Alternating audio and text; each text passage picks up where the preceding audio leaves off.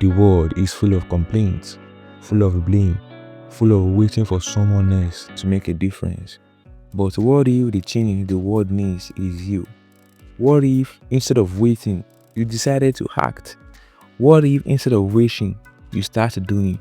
Because real change doesn't come from others, it starts with you. If you want kindness in the world, be kinder. If you want success, start working, stop wishing. If you want respect, show it first. Change isn't something you watch happen, it's something you become.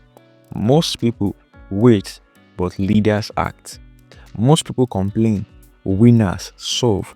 Stop waiting for permission. Be the change. I am the change the world needs. I lead by action, not just words. I take responsibility for my success and growth.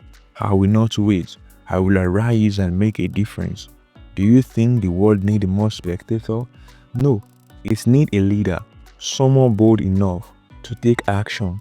It needs someone stronger enough to stand up. That someone is you. Stop waiting, start changing. Be the change you wish to see.